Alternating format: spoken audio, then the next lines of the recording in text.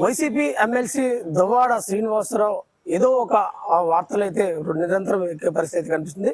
అయితే నిన్న రాత్రి ఒక అధికారిపై బెదిరిస్తూ ఒక ఆడియో అయితే సోషల్ మీడియాలో హల్చల్ చేస్తుంది. ఈ నేపథ్యంలో దువ్వాడ శ్రీనివాస్ గతంలో ఎప్పుడు చూసుకున్నా అటు దిగులు మాదిరి అటు వాణి మధ్య రభస జరుగుతున్న నేపథ్యంలో గత ఏడాది నుంచి కూడా ఎమ్మెల్సీ దువ్వాడ శ్రీనివాస్ ఏదో ఒక కథనాలు అయితే హాట్ టాపిక్ గా నిలుస్తున్నాడని చెప్పొచ్చు.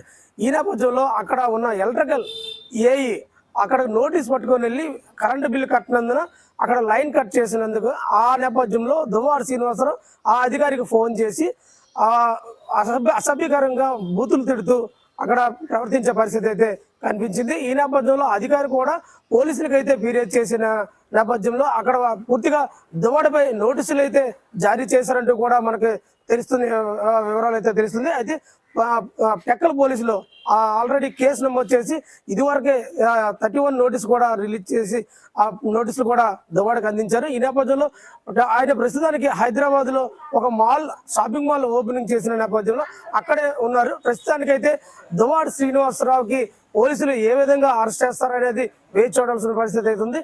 దాదాపుగా గత ఏడాది నుంచి కూడా దువ్వాడ శ్రీనివాసరావు ఎమ్మెల్సీ వైసీపీలో ఎమ్మెల్సీగా రాజీనామా చేయాలంటూ కూడా కొంతమంది వైసీపీ నాయకులే చెప్తున్న నేపథ్యంలో అయితే కేవలం జగన్మోహన్ రెడ్డి దగ్గర మార్కులు కొట్టేందుకే అసెంబ్లీలో అటు ఆ ఎమ్మెల్సీ పదవులు కట్టబెట్టారంటూ చెప్తున్న పరిస్థితి ఉంది.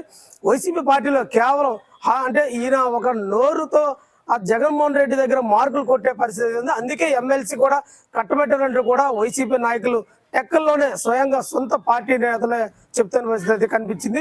ఏదైతేనప్పుడు కూడా దువ్వాడ శ్రీనివాసరావు అధికారులపై ఇలా చిందులు వేయడం, ఇలాగ అసభ్యకరంగా బూతులతో విరుచుకుపడడం కూడా కరెక్ట్ కాదంటూ అటుపక్క ఉద్యోగ సంఘాలు కూడా దీనిపైన ఇవ్వెత్తున వేసిన పరిస్థితి కనిపిస్తుంది. ఏదైతేనప్పుడు కూడా ఈ యొక్క దువ్వాడకి అటు పోలీసులు నోటీసులు ఇస్తారా లేదంటే ఇంకా ఏ విధంగా అరెస్ట్ చేస్తారా అనేది వేచి చూడాల్సిన పరిస్థితి ఉంది. ఇది ఇక్కడ తాజా పరిస్థితి. విడిజన్స్ ప్రవీణ్ కుమార్తో వెంకటరమణ, శ్రీకాకుళం.